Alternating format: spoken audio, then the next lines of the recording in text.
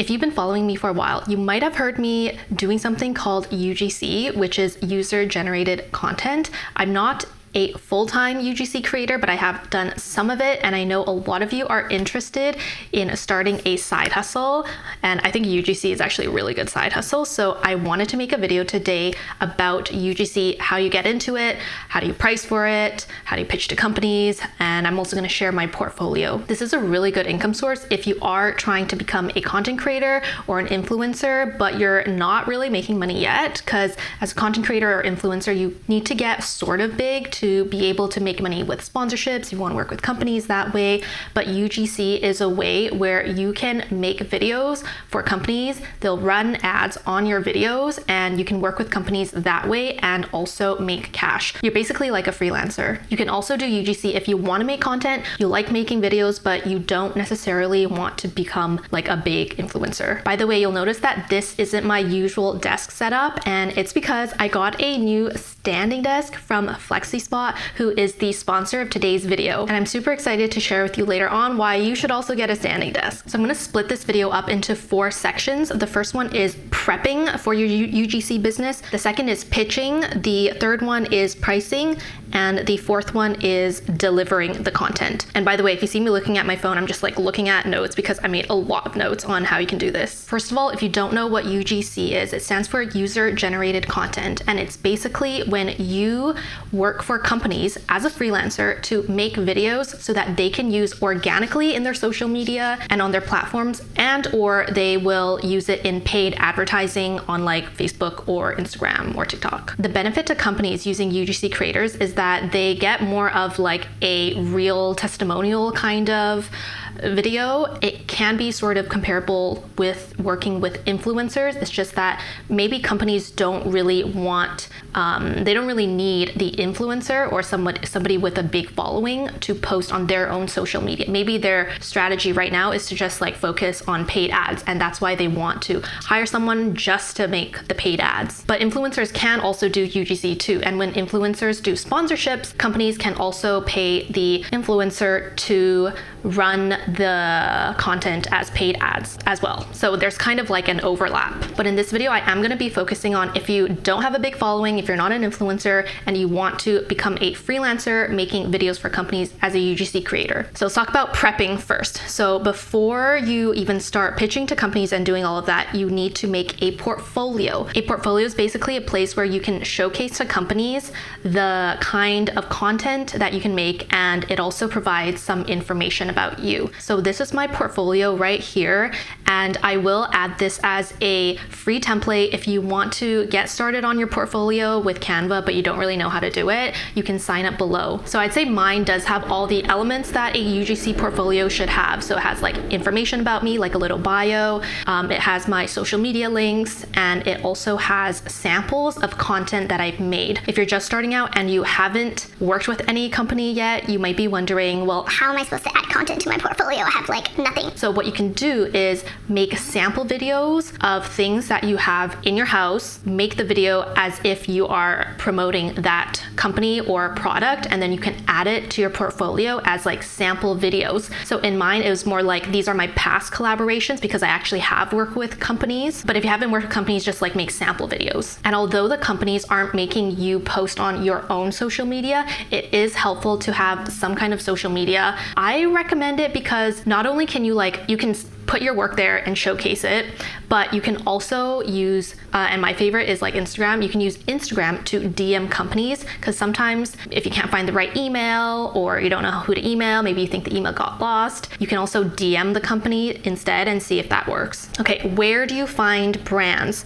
So if you are starting from zero, my recommendation is to start with smaller companies and companies where you already use the product. So with the brands you already use, you could, for example, make a sample video, and then what you could do is reach out to that company and say, hey, I've been using your product for X amount of years and I've really been loving it. I'm a new UGC creator and I'm wondering, like, are you looking for UGC creators to partner with? And you can also send them your sample video. I recommend this because companies these days get so many requests from UGC creators. So if you are already a loyal customer, they are going to pay a lot more attention to you. And this is what I found because I've pitched to a lot of brands, and I realized that if I already use their product, they tend to reply more. It's also easier for me because I don't need to get familiar with a new product. I already know what I like about the product. It's just like so much easier to work with a company if you already use the product and if you like the product. I would also recommend starting out with smaller companies. You might have heard of something called like gifted collaborations. So those are when you just like receive the product and they don't pay you any money, but then you just like make a video for them. So that's like, you're just basically receiving the product as a gift, but then you're making them a video. If you're just starting out, it might be harder to get like paid collaborations. So what I would do, and this is my recommendation if you're just starting out. So what you're gonna do is, based on where you live, okay, the easiest way to find these local companies is just like do a search of like your city or state or area, plus the kind of product that you wanna make videos for. When I was just starting out with UGC, I was gonna go on a trip to Asia, and I wanted to see if I could actually get a natural deodorant for free because I was gonna buy one anyways. So what I did was I searched Vancouver, I think like deodorant company or something, and then I found this company that offers these like natural beauty products.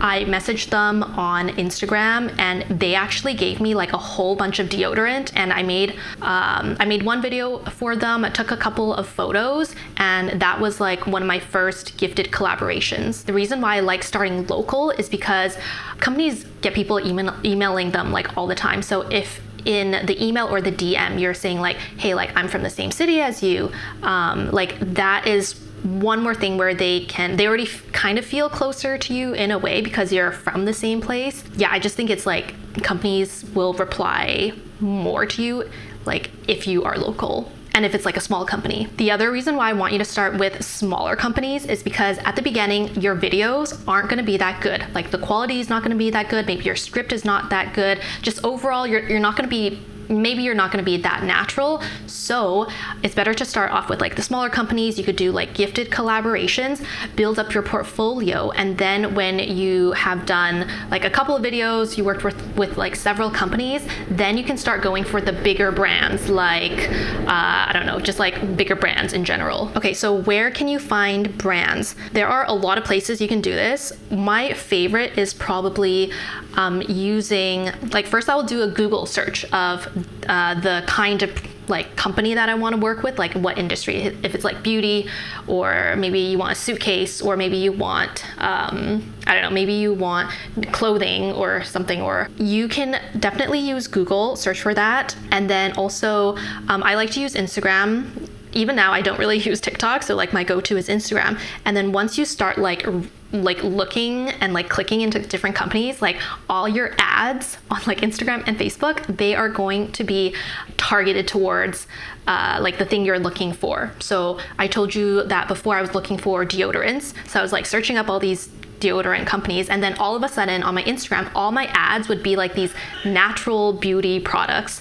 And so that is also a good way to discover new brands because you already know that they are paying money to run these ads, which is really good. And a secret that I have for you is like, because if you want to do research on Instagram, you have to like keep scrolling and you're waiting for the brands to pop up, right? But if you go to the Facebook ads library and you search for like a key term or something, like you can find all the brands that are doing that thing. Let's say you're researching a company and you want to see all the ads that they are running right now on Instagram and Facebook. Go to the Facebook ads library, search up that company's name, and you can see all the ads that they're running, the different kinds of creators they're working with, the different kinds of content. And so that's really helpful when you are making your pitch and you're suggesting to them like what kind of content you can make for them. Some companies also run ads on YouTube, and for YouTube, I think there's something called the YouTube Transparency Center or something. Anyways, I will I'll put it up on the screen and link it below too. Okay, other ways to find brands are use hashtags in your niche. You can follow other creators who are in that industry and see what other brands they are working with. I've also seen a lot of UGC creators use Twitter to search for different companies, so you can also use Twitter. Other ones are like if you search up those like lists of businesses, for example, like 10 hot businesses in Vancouver. Sometimes there's articles where it features different companies in your area, so you can also look at those ones. Because starting a UGC business is a legit business, don't forget about all the legal admin stuff you need to do, which, by the way, if you are in Canada and you want to register a sole proprietorship or a corporation, I do have a link below where you can register that with owner, and that is what I use to register my corporation. I talk a lot more about setting up your business in this video right here, so you can check that one after. If you're wondering about contracts for UGC projects, what I've seen is that most companies will send me a contract, so I don't have to come up with the contract myself. You don't really need a contract yet because mostly the companies will send you one, but later on in this video, I'm going to go through some tips for reading contracts and things you should avoid when you are working with a company and when you're reading contract. As a content creator and a one-person business, I spend most of my day working at my desk, which is why I was so excited when FlexiSpot emailed me asking to sponsor a video, because I've been thinking about getting a standing desk for the longest time. I usually make a makeshift desk after lunch so I can have better digestion and stand up, but it's super annoying moving my computer around. So I wanted a standing desk for better ergonomics, for better posture, and I feel like I can concentrate way more when my body just feels better. So FlexiSpot sent me the 60 by 24 inch E7 Pro standing desk with a cable management tray and a under desk drawer, and I love it so much. I'm 5'3", so a normal sitting desk is too high for me usually, but with this standing desk, I can adjust it to my small height and my feet can actually touch the ground now. I love the programmable feature because I can just save the heights that work for me. It's really sturdy, it can hold 440 pounds, and there are a lot of different colors and options with all the desks that they offer. There's also a child lock function, so you can lock the desk, and they offer a 15-year warranty. In the mornings, I sit, and in the afternoons, I stand for about 1 hour just so I can digest my food. The only downside I could think of is that I did get one of the bigger desks, so it was really heavy for me, so I would recommend getting some help from someone strong to help move boxes and build the desk. Check out my video description below for links and discount codes for your very own FlexiSpot desk. So now let's talk about how to pitch to a brand. So when you're in the researching phase, what you can do is make sure you look at all their social media channels. Definitely take a look at the Facebook ad library to see what kind of paid ads they're running. Look at their website. You can also join their email newsletter to see if they have any promotions going on, or maybe the specific campaign they're working on. Something else I like to do is to read about the founder's story and get to know the why behind the company. And I think a really important thing that I think a lot of people forget is see if there has been any recent news about the company, because that might determine whether or not you want to pitch them now or maybe not. Maybe they are in some kind of a controversy, or for example, I was researching a company a couple months ago and I found out that they just launched their first in-store location, so they're not just online anymore. But anyways, I decided to not email the company that week because they were in the middle of setting up the in-store and they were launching the first store. So I waited until the next week. Okay, here's a pro tip. When you see something relevant about the company that is either recent or really interesting, or you can also use your own experience. So when you email a company, at the very beginning of the email, don't just say something like, "Hi, my name is Dina and I'm a UGC creator." What you want to do is start off with a hook for the email that will get their attention. So an example would be, "Hey, I just saw in your recent newsletter that blah, blah, blah," or "I just saw in the news that you launched your first store," or if you already use the product, you can say something about being a customer. "I've been using X product for 2 years," and maybe something about you loving the product. When you're writing the email, the hook is important because that's the first thing they're going to read, and they get so many emails from content creators. You want to sound like you really know the company, you're really interested in the company, or else they're just going to ignore you if it is a generic email. So for me, my strategy has always been reach out to less companies, but do more research on each company and write a better script. Another thing is, if you have a friend who's a UGC creator, or somebody working at the company, name dropping, but definitely get their permission before you name drop.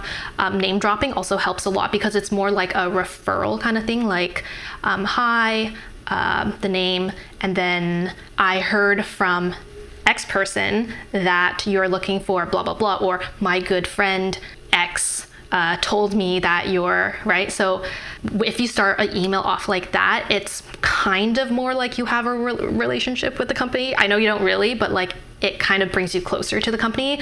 That also with the you being a customer thing. Another tip is the subject line really does matter because companies get so many emails. Like if you already use the product already, you can say something like customer inquiry, my review of your XYZ product, because they're going to pay attention if you're like an existing customer. Or you can say something like, I use the XYZ product, my thoughts and potential collaboration. If it's like a referral, you can say connecting from Amy, and then potential Instagram collaboration or something. If you don't use the product already, or if you don't really have a connection to the company, what you can do is something like XYZ product launch, ideas to help you grow sales on Instagram or something. Or the most generic subject line is like the company name X Dina Lu collaboration, which I think is totally fine. You might get ignored, but then it's like really important to follow up. But you can use that if you like really can't think of anything. And I want to reiterate that in the first line of the email, do not say something like, hi, my name is Dina. You really want to flip it. So you're not talking about yourself. You are talking about the company instead. So it could be something you saw about the company, you're a customer, blah, blah, blah. But make it so that in the first line, there is something about the company. Okay, and general tips for the email. So make sure that in the email, you are showing them what the value is, the value that you can bring to them. So is it better conversions, more sales? Is it more people clicking their website? Like what is the value that you can bring? And I'm gonna put some examples of emails, and you can definitely like take these and copy them and use them in your own pitches. I know I've been talking about email a lot, but you can also DM brands. I do that more if it's a smaller company because I feel like they're more active on social media with like replying to DMs. Deciding email or DM, that is, I would say, depends on the size of the company, how active they are on social media, but I would say don't stress too much. So if you try email and no one replies, or if you try DM and no one replies, then just try the other method and follow up. And by the way, following up is really important because people miss emails or DMs all the time. One thing I like to do through the DMs is I typically in the DM message, I'll ask who is like the best point of contact, and then I'll email them because you can write a longer email compared to a DM. It's just more acceptable. So usually in a DM, I'll ask, do you have someone in charge of like paid ads or UGC creators? Like, can I get their email? Okay, and another tip for emails is try not to send attachments through email because it just fills up their inbox. So with your portfolio, send a link instead. If it's a file, like a PDF file, send a link to a Google Drive, upload it to the cloud, and then put a link. So don't attach anything. Sometimes if there are attachments, like based on the company, they might like filter it out, or yeah, maybe they aren't gonna look at it. But anyways, it just like fills up people's inboxes, and you don't really want to do that. Oh, something else is like when you're emailing, and also when you're putting together your portfolio, I've seen UGC creators put their rates there on their portfolio. I typically don't like doing that because I change my rate depending on the company and the product and like what the deliverables are. So I don't put my rates there for UGC work, but you can. I don't think there's one right way to do it. I just don't like to do it because I feel like with some of the companies I work with, they have a bigger budget for UGC. And so that's why I don't put my rates. So I know this video is getting long, so I want to quickly go over some examples of email scripts. And I have included this in the link below in the video description. So if you want to download this as a template, you can, along with my portfolio template. So for example, hi name, I saw that you recently launched your shea butter body wash last week. Congratulations. So you see how here in the first line, I added something that was like relevant to the company that was kind of like a recent news. And then I said, so as a newer content creator, I'm reaching out because like I would love to try this, like basically in exchange for a gifted product. Here, this next paragraph is important. So I see on TikTok that you have many creators with amazing skin, and I would love to show the texture of the body wash on my scarred and bumpy skin, which that is just an example. Obviously, I don't have really bumpy skin, but something specific about what you can do for them. So this is an idea that I put. You can, sometimes I like to put like usually 2 or 3 ideas based on the ads that I've seen them do. So I have like idea number 1, idea number 2, idea 3, usually 2 or 3 individual ideas that I'm pitching to the company. So it's not just like a generic, hey, I want to make videos for you. Like, do you want more videos? It's like something specific. Okay, and then, yeah, would you be able to put me in touch with your colleague in charge of social media marketing? So sometimes if you aren't able to find the right person, maybe like ask for the contact. But if you are confident it's the right person, then just say like, here's my portfolio, and like, yeah, I would love to see if we can work something out, or would you be interested in trying some of these ideas? Okay, and then when you're asking for a paid collaboration, it's pretty similar. So I always start off with like something specific about the product or the company, and then how I want to help them, and then like specific ideas that I have for them based on what I saw them do on their own social media or on paid ads. What if you don't know who to email and you can't find their email? So here are my tips. I usually first take a look at the company's website, because sometimes they have like an About Us page, and they have a list of like who's in charge of marketing, who's in charge of like influencer partnerships or whatever. So first I take a look at the company website. If I can't find anything there, then I will look at LinkedIn and then filter the results for something like marketing or like influencers or UGC creators or social media, like just one of like kind of those like marketing terms, or like UGC influencer kind of terms, or like partnerships or collaborations, something like that. Usually there's like a couple people. Sometimes it's hard to tell who's the right person. Then I try to find their email. So what I do is on Google, so I search first name, last name, and then in quotes at company.com quote, because then like sometimes it appears, or if you can't find anything there, then you're going to take some bigger person in the company, like for example the CEO or like the CFO or COO. You're going to search their name and then quote at company.com, like company's website.com quote, because what you want to do is find the structure of the email, because yeah, most companies have one of 5 structures. So it's usually first name dot last name at company.com, or first name at company.com. Usually this is like a smaller company, or it could be first initial last name at company.com, or first initial dot last name at company.com. If I really can't find the email, let's say I'm sending it to like Amy at company.com, right? I'll send it to that email, see if it bounces back. If it bounces back, then I'm gonna try another email, just guess the email, like amy.smith at company.com. Send it to that email. And then if it bounces back, I'll try another one, like amysmith at company.com, which is not the most efficient way, but sometimes you get desperate, right? So yeah, I do that. And then there are also different kinds of tools like Rocket Reach, which I think it's like the first 3 are paid, or maybe, but anyways, you have to pay for them. So there are these different tools. There are also tools where you can check if an email is going to bounce back. So you can use those, which sometimes I do.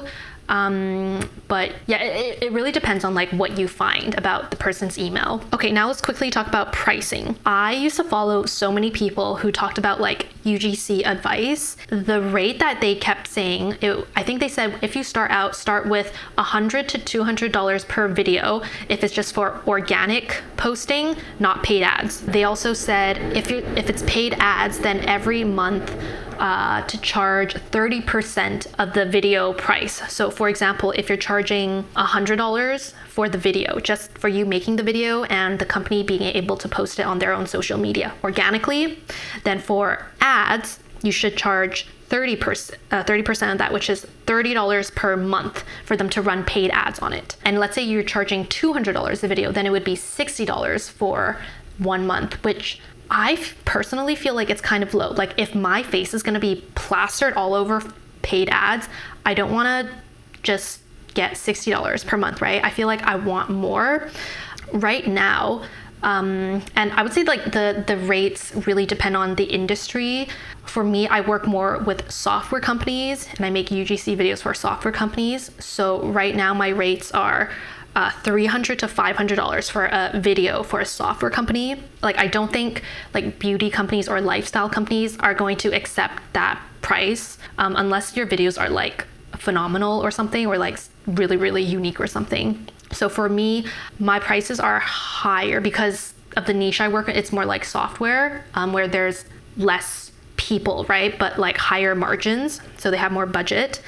And for paid ads, I like to charge like 50% of the original video price for each month that they run paid ads. Let's say it's like $300 for a video, then I would do $150 per month if they want to run paid ads with it. Usually with paid ads, I like to offer them like a 3-month paid ads, or like 6 months, not just month by month, more like a package deal. And I guess you could decrease the price a little bit if it's like a longer time. You can also charge more for different things. So for example, if they want raw footage, if they want like different hook variations, you can charge more for that.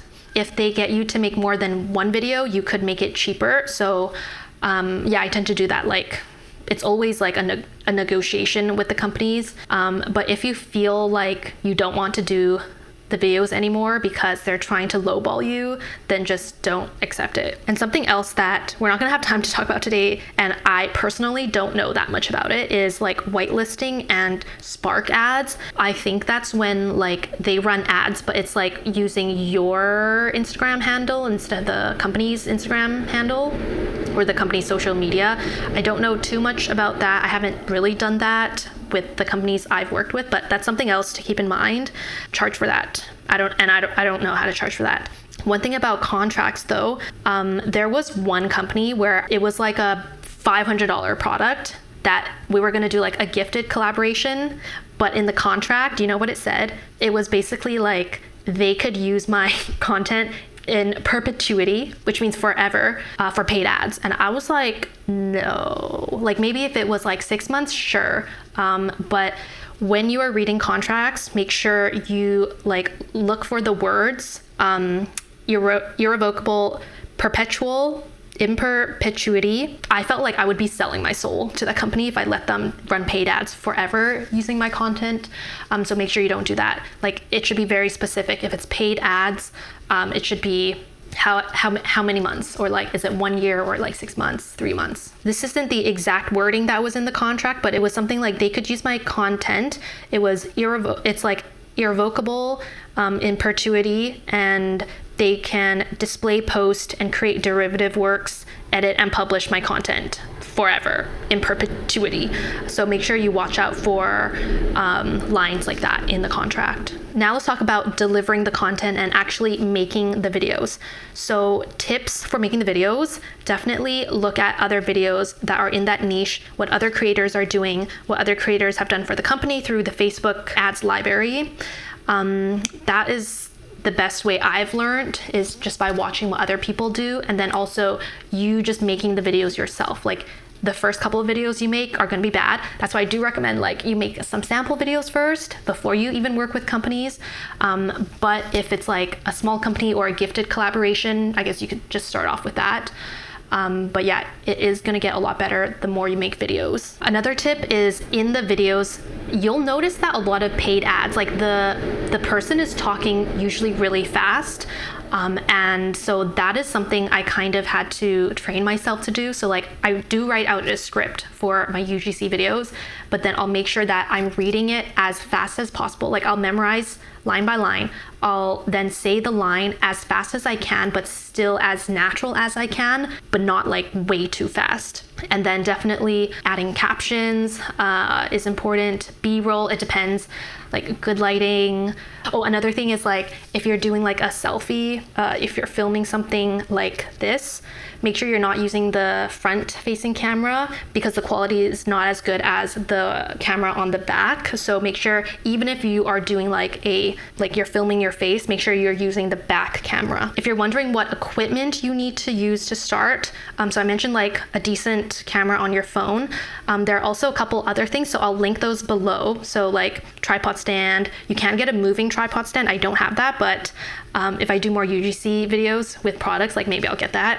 Other props are like a white bed sheet, a fake plants, and a fake marble like tabletop kind of thing. For me, I edit on CapCut mainly, and I do it on either my phone or desktop. And with CapCut, what I love is you can do like automatic captions. So I'll usually do the automatic captions, then I'll go back and then add emojis, and just like sometimes there's like spelling errors, so I'll just like go and change those. For invoicing, you can use Stripe, Wave, or PayPal, or you could get them to do like a bank wire transfer. But most companies that I work with, they have sent me money through PayPal, or I sent them an invoice, or they do like a bank transfer for me. To help you start, I do have my UGC portfolio template that you can get for free. And also with the email scripts that I went over today, you can get access to those. Just sign up below. And if you want a standing desk for better posture and for more ergonomics and for better digestion, check out FlexiSpot, and I've included the links and any discount codes in the video description for you.